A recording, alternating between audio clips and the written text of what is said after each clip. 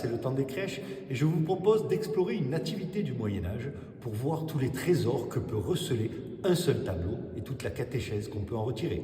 Regardez cet édifice. Est-il en construction ou déjà en ruine? Voici le commanditaire, Bladelin, en position de prière. Il regarde le sol.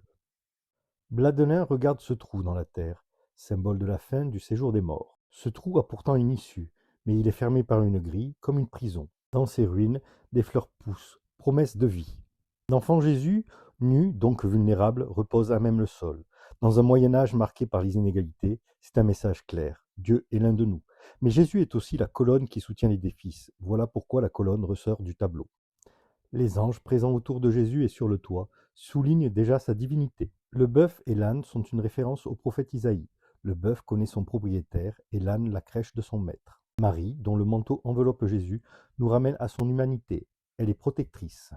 Joseph, porteur d'une flamme qu'il protège, symbolise son rôle de protecteur de l'enfant Jésus. Juste au-dessus de Jésus, on voit la charpente qui forme une croix. Cette croix annonce la destinée de Jésus. Avec les deux trous dans le sol, on perçoit l'ensemble de l'Évangile. Celui qui nous sauve, c'est Jésus, c'est lui qui enlèvera les grilles et qui triomphera de la mort. Voici comment lire une nativité et comprendre toute l'histoire du salut en un seul coup d'œil. Chaque détail, du bœuf et de l'âne à la colonne qui soutient l'édifice, nous conduit vers la croix et la résurrection. Les anges annoncent la divinité de Jésus, la colonne préfigure le Christ qui soutient le monde, et la scène tout entière raconte l'incarnation, la passion et la victoire sur la mort.